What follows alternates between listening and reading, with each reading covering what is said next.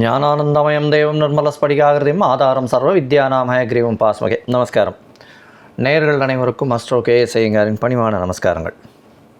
தின பலன் 19/10/2023 சோபகிருத்து வருஷம் ஐப்பசி மாதம் 2ஆம் தேதி வியாழக்கிழமை. சித்த யோகம் இன்னைக்கு பஞ்சமி திதி ராத்திரி 11 மணி வரலும் இருக்குது. அதற்கு பிறகு சஷ்டி திதி.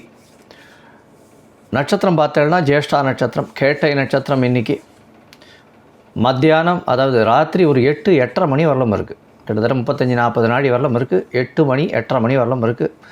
அதற்கு பிறகு மூல நட்சத்திரம். சந்திர பகவான் விருச்சிக ராசியிலிருந்து ராத்திரி ஒரு 8:30 மணிக்கு தனுசு ராசிக்கு போகிறார். இன்றைக்கி பார்த்தேன்னா வியாழக்கிழமை. வியாழக்கிழமைன்னும் போது 1:30-3 ராவு காலம், 6-7:30 யமகண்டம், 9-10 குளிகை, தெற்கே சூலம். பரிகாரம் ஒரு தைலம் ஒரு ட்ராப் தலையில் வச்சுட்டு போகிறது. சுப ஹோரைகள்னு பார்த்தோம்னா கார்த்தால 6லிருந்து 7, 9லிருந்து 10, 1லிருந்து 2, 4லிருந்து 5. இதெல்லாம் குரு சுக்கிர ஹோரைகளை குறிக்கிறது பொதுவாகவே. சரி, இன்றைய கோல்சாரம் என்ன அப்படின்றத பார்ப்போம். மேஷ ராசியில் குரு பகவான், சிம்மத்தில் சுக்கிரன், கன்னியில் கேது பகவான், துலாத்தில் சூரியன், புதன், செவ்வாய், விருச்சிகத்தில் சந்திர பகவான் ராத்திரி ஒரு 8 மணி 8:30 மணி வரலாம் இருக்கார். அதற்கு பிறகு தனுசுக்கு போகிறார். மகரத்தில் வக்கரம் பெற்ற சனி பகவான், மீனத்தில் ராகு பகவான் இருக்கார். இது இன்றைய கோல்சாரத்தின் நிலை. இன்றைக்கி சந்திராஷ்டம காலம்னு பார்க்கும்பொழுது மேஷ ராசிக்காரர்களுக்கு ராத்திரி ஒரு 8 மணி வரலாம் இருக்குது. அதற்கு பிறகு 8-8:30 மணி வரலாம் இருக்குது. அதற்கு பிறகு சந்திர பகவான் தனுசுக்கு போகிறதுனால ரிஷபராசிக்காரர்களுக்கு சந்திராஷ்டம காலம் ஆரம்பிக்கிறது. அதனால் பொதுவாகவே சந்திராஷ்டம காலங்களில் புதிய முடிவு எடுக்க வேண்டாம், வெளியூர் வெளிமாநில பிரயாணங்கள் வேண்டாம் அப்படின்றத சொல்கிறோம். ஒருவேளை நீங்கள் எடுக்க வேண்டிய கட்டாயத்தில் இருந்தால் சந்திர பகவானுக்கு உண்டான எளிய பரிகாரம்னு சொல்லக்கூடிய அருகில் இருக்கக்கூடிய இந்த ஒரு அகத்திக்கீரை கட்டு வாங்கி கோசாலையில் கொடுத்துட்டு போங்க. கண்டிப்பாக சந்திராஷ்டமத்தின் தாக்கம் நிச்சயமாக குறையும். சரி, இன்றைக்கி ஒரு சிறிய விஷயங்களை பார்ப்போம். சிறிய விஷயங்கள் என்ன அப்படின்னா, இப்போ ஐப்பசி மாதம் வேறு, கல்யாண சீசன் வேறு, கல்யாணத்துக்கு பார்த்துன்னு இருக்க வேறு நிறைய பேர் பார்த்துன்னு இருப்போம். மாங்கல்ய தோஷம் அப்படின்றத பற்றி பார்க்கலாம். மாங்கல்ய தோஷம்னா என்ன அப்படின்னா, பொதுவாகவே பெண்களுக்கு இது பார்க்கப்படுகிறது.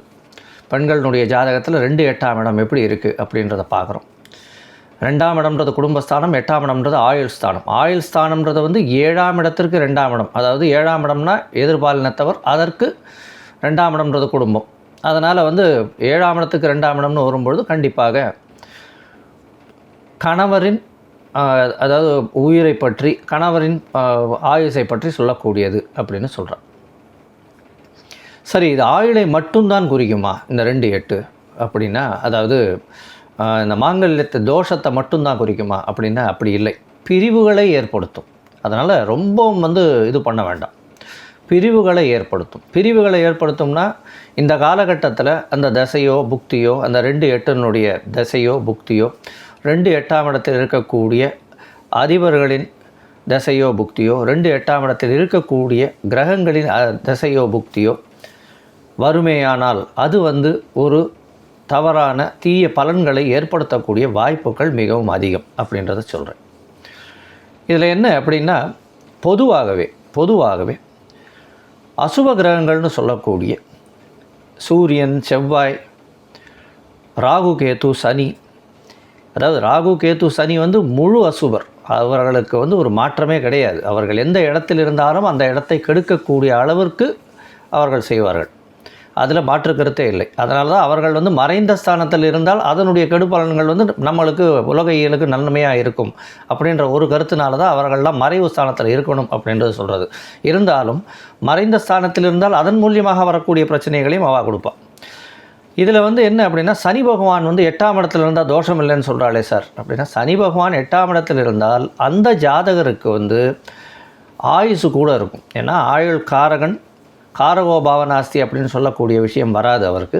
அதனால் ஆயுளை நல்லபடியாக ஏற்றி கொடுப்பார். ஆனால் உயிர் இருக்கும், உடல் நலம் குன்றி இருக்கும். அதுதான் பெரிய பிரச்சனை.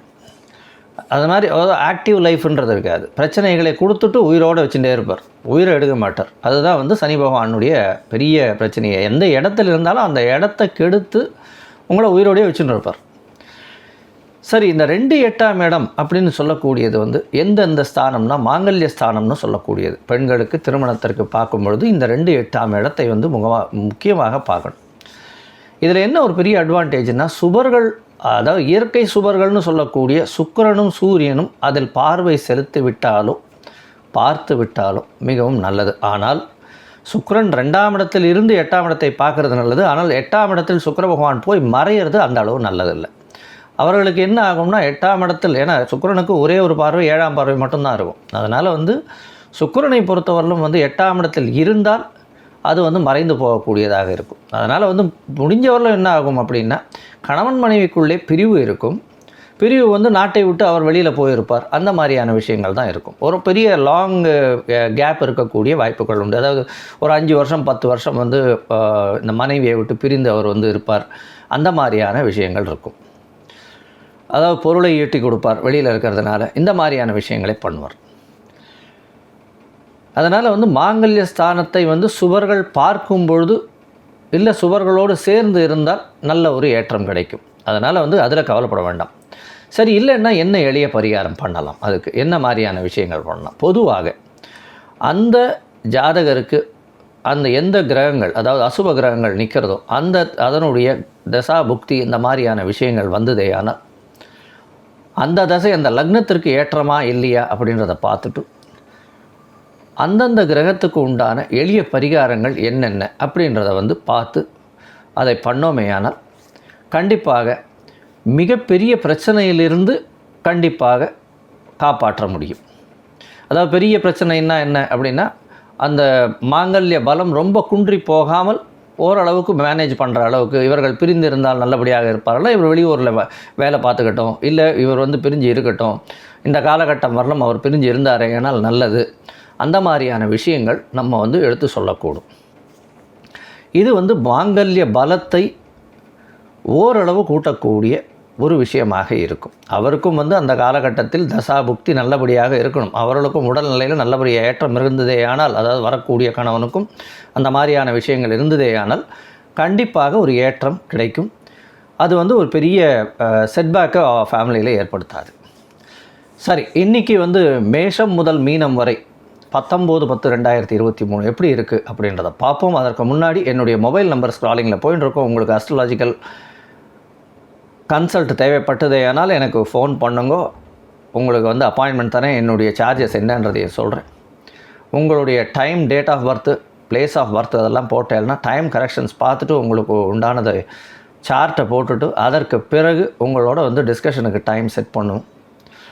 அப்போ உங்களுக்கு உண்டான தசா புக்தி அந்தரம் சூக்ஷ்மம் இன்றைய கோல்சார பிரகாரம் வந்து உங்களுக்கு நடக்கக்கூடிய பிரச்சனைகள் என்ன அப்படின்றதை ஆராய்ந்து அதற்குண்டான எளிய பரிகாரங்கள் என்ன செய்யணும் அப்படின்றத சொல்கிறேன். சரி, இன்றைக்கி 19/10/2023 வியாழக்கிழமை மேஷம் முதல் மீனம் வரை பஞ்சமி திதியில் எப்படி இருக்குன்றதை பார்ப்போம்.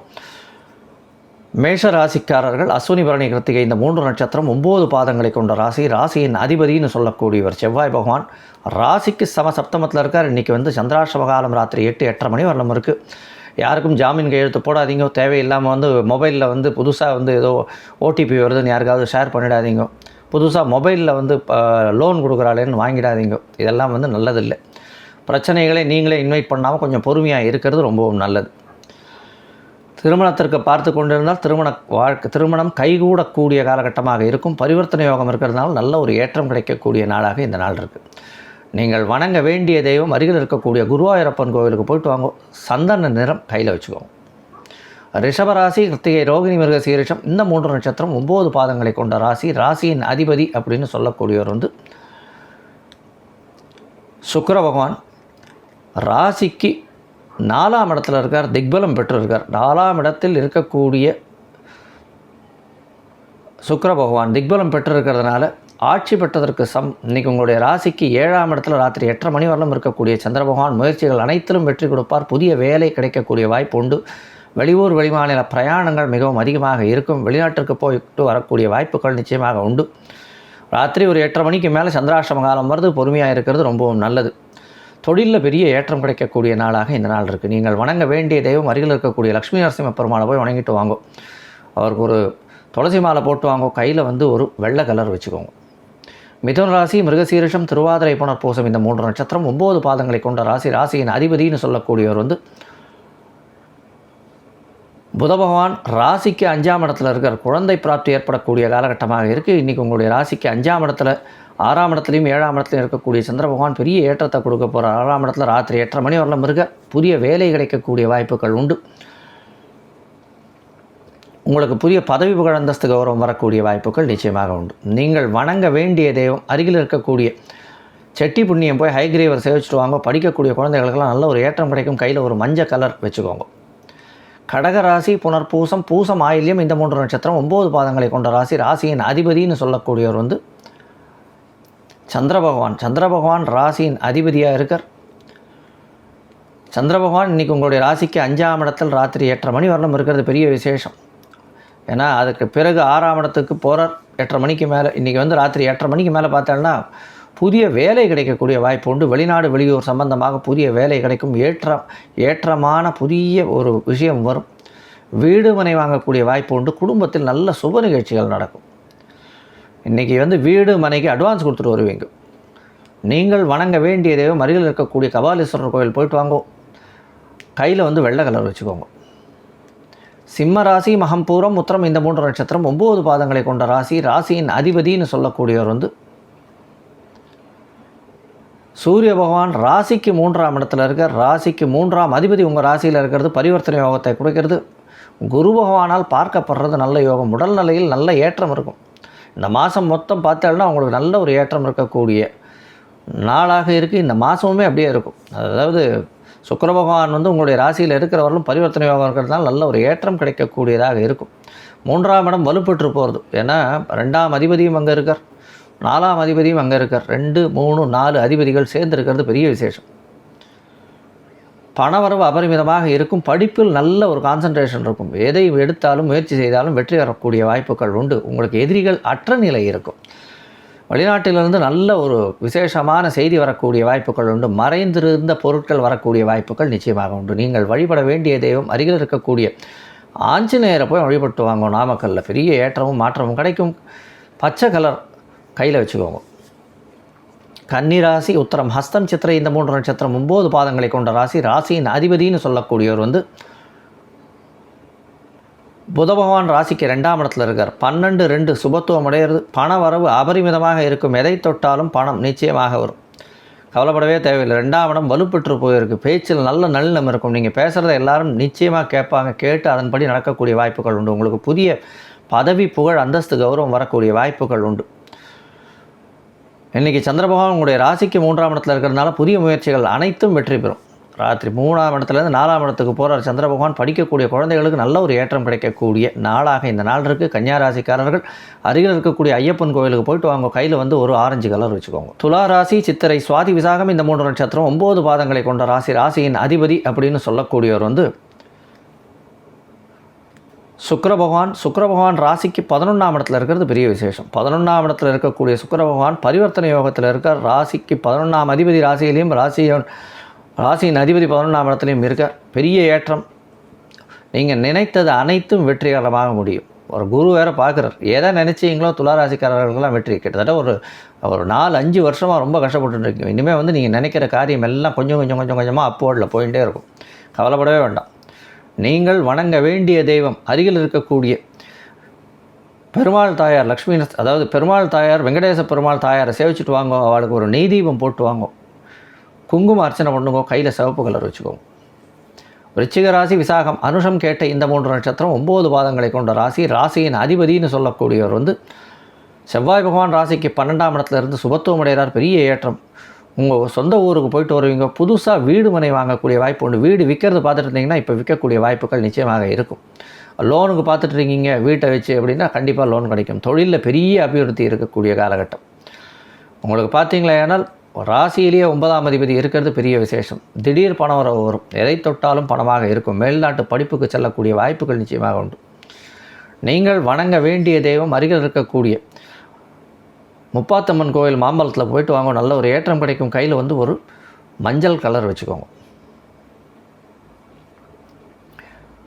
தனுசு ராசி, மூலம், பூராடம், உத்திராடம் இந்த 3 நட்சத்திரம் 9 பாதங்களை கொண்ட ராசி. ராசியின் அதிபதினு சொல்லக்கூடியவர் வந்து குரு பகவான். ராசிக்கு 5ஆம் இடத்துல இருக்கிறது விசேஷம். 5ஆம் இடத்தில் இருக்கக்கூடிய குரு பகவான் உங்களுடைய ராசியை பார்க்குறது 9ஆம் பார்வையில் பெரிய ஏற்றம். இன்றைக்கி சாயந்தரத்துக்கு ராத்திரிக்கு மேலே வந்து சந்திர பகவான் உங்கள் ராசியிலேயே வந்துடுறார். 12ஆம் இடத்துல இருக்கிற சந்திரன் உங்களுடைய ராசியிலே 8ஆம் அதிபதி 12ஆம் இடத்துல இருக்கிறது ரொம்ப விசேஷம். என்ன விசேஷம்னா வெளிநாட்டிலேருந்து நல்ல சுப செய்தி வரும். எக்ஸ்போர்ட் இம்போர்ட் பிஸ்னஸில் பெரிய ஏற்றம் கிடைக்கும். ஷேர் மார்க்கெட்டில் திடீர் பணம் வரும். நீங்கள் நினச்சி பார்க்காத இடத்துலேருந்து இன்சூரன்ஸு இல்லைன்னா வந்து ஷேர் சர்டிஃபிகேட்டு இந்த மாதிரியான விஷயங்களில் திடீர் பணம் வரக்கூடிய வாய்ப்புகள் நிச்சயமாக உண்டு. நீங்கள் வணங்க வேண்டிய தெய்வம் அருகில் இருக்கக்கூடிய பாடலாத்ரி நரசிம்மர் சோளிங்கரில் போய் சேவிச்சுட்டு வாங்க. கையில் வந்து ஒரு பச்சை கலர் வச்சுக்கோங்க. மகர ராசி, உத்திராடம், திருவோணம், அவிட்டம் இந்த 3 நட்சத்திரம் 9 பாதங்களை கொண்ட ராசி. ராசியின் அதிபதினு சொல்லக்கூடியவர் வந்து சனி பகவான். சனி பகவான் ராசியிலேயே இருக்கார். வக்கரகதி பெற்று ராசியிலேயே இருக்கிறது பெரிய விசேஷம். ஏன்னா வக்கரகதி பெற்று ராசியிலேயே இருக்கிறதன் மூலியமாக என்ன அப்படின்னா உங்களுக்கு உடல்நிலையில் நல்ல ஏற்றம் இருக்கும். ஏன்னா 7ஆம் அதிபதியும் வந்து உங்களுடைய ராசிக்கு 11ஆம் இடத்துல இந்த இன்றைக்கி சாயந்தரம் வரலாம் இருக்கார். நல்ல ஒரு ஏற்றம் கிடைக்கக்கூடிய நாளாக இருக்குது. கணவன் மனைவியிடையே நல்ல ஒரு அனுகூலியமான போக்கு இருக்கும். பணவரவு அபரிமிதமாக இருக்கும். வெளியூர் வெளிமாநிலம் சுற்றுப்பயணம் செல்லக்கூடிய வாய்ப்புகள் நிச்சயமாக உண்டு. அயன சுயன போகஸ்தானம் நல்லா வலுப்பெற்று போயிருக்கிறதுனால நல்ல ஒரு ஏற்றம் கிடைக்கக்கூடிய நாளாக இந்த நாள் இருக்குது. நீங்கள் வணங்க வேண்டிய தெய்வம் காலபைரவரை வணங்கும். ஏன்னா சனி பகவானுடைய குருநாதர்னு சொல்லக்கூடிய ஒரு காலபைரவரை வணங்கிட்டு கையில் வந்து ஒரு கருப்பு கலர் வச்சுக்கோங்க. கும்பராசி, அவிட்டம், சதயம், பூரட்டாதி இந்த 3 நட்சத்திரம் 9 பாதங்களை கொண்ட ராசி. ராசியின் அதிபதி சனி பகவான். ராசிக்கு 12ஆம் இடத்துல இருக்கிறது விசேஷம். 12ஆம் இடத்துல இருக்கிறதன் மூலியமாக பார்த்தேலையானால் உங்களுக்கு 7.5 சனி பகவான் ஆரம்பிச்சுட்டார். இன்றைக்கி வந்து சந்திர பகவான் உங்களுடைய ராசிக்கு பார்த்தேலையானால் 10ஆம் இடமும் 11ஆம் இடத்துல இருக்கிறது விசேஷம். 6ஆம் அதிபதி 10, 11 இருக்கிறதன் மூலியமாக பணவரவு அபரிமிதமாக வரும். வேலையில் உங்களை வந்து பெரிய ஏற்றத்தை கொடுக்கக்கூடிய காலகட்டமாக இருக்கும். திருமணத்திற்கு பார்த்து கொண்டிருந்தால் கண்டிப்பாக திருமண யோகம் நிச்சயமாக உண்டு. சப்தமத்திலேயே பார்த்தேன்னா உங்களுக்கு சுக்கிர பகவான் களத்திர காரகன் இருக்கிறதும் பரிவர்த்தனை யோகத்தில் சப்தமாதிபதியோடு இருக்கிறதும் பெரிய ஏற்றத்தை கொடுக்கக்கூடியது. நல்ல ஒரு ஏற்றமான நாள். திடீர் பணவரவு வரும். பேச்சில் கொஞ்சம் கவனம் தேவை. பணத்தில் பிரச்சனையே இருக்காது. உடல் நலத்தில் சற்று கவனம் இருக்கிறது ரொம்பவும் நல்லது. நீங்கள் வணங்க வேண்டிய தெய்வம் அருகில் இருக்கக்கூடிய குருவாயூரப்பன் கோயிலுக்கு போயிட்டு வாங்க. ஒரு நல்ல ஒரு ஏற்றமும் மாற்றமும் நிச்சயமாக கிடைக்கும். கையில் வந்து ஒரு நீல கலர் வச்சுக்கோங்க. மீனராசி, பூரட்டாதி, உத்திரட்டாதி, ரேவதி இந்த 3 நட்சத்திரம் 9 பாதங்களை கொண்ட ராசி. ராசியின் அதிபதினு சொல்லக்கூடியவர் வந்து குரு பகவான். குரு பகவான் உங்களுடைய ராசிக்கு 2ஆம் இடத்துலேருந்து 2ஆம் அதிபதியும் 8ஆம் இடத்துலேருந்து பார்க்குறார். அதனால் புதுசாக வீடு ஏதாவது விற்கிறதுக்கு பார்த்துருந்தீங்கன்னா கண்டிப்பாக சேல்ஸ் ஆகிடும். ரியல் எஸ்டேட் பிஸ்னஸ் பண்ணுறவங்களுக்குலாம் பெரிய ஏற்றம். இன்றைக்கி உங்களுடைய ராசிக்கு 9ஆம் இடத்துல சந்திர பகவான் வர்றது பெரிய ஏற்றம். அவர் 5ஆம் அதிபதி 9ஆம் இடத்துல இருக்கிறதுனால புதிய பதவி, புகழ், அந்தஸ்து, கௌரவம்லாம் வரக்கூடிய வாய்ப்புகள் நிச்சயமாக உண்டு. நீங்கள் வணங்க வேண்டிய தெய்வம் அருகில் இருக்கக்கூடிய விஷ்ணு மாயா டெம்பிள் போய்ட்டு வாங்க. விஷ்ணு மாயா கோவிலுக்கு போய்ட்டு வாங்க. நல்ல ஒரு ஏற்றமும் மாற்றமும் நிச்சயமாக வரும். கையில் வந்து ஒரு மஞ்சள் கலர் வச்சுக்கோங்க. லோகா சமஸ்தா சுகினோ பவந்து. நன்றி, வணக்கம். ஸ்ரீ குபேரன் டிவியை பார்த்தமைக்கு நன்றிகள். மேலும் இது போன்ற தகவல்களை தெரிந்து கொள்ள ஸ்ரீ குபேரன் டிவியை சப்ஸ்கிரைப் செய்யுங்கள். மறக்காமல் பெல் ஐக்கானை கிளிக் செய்யுங்கள்.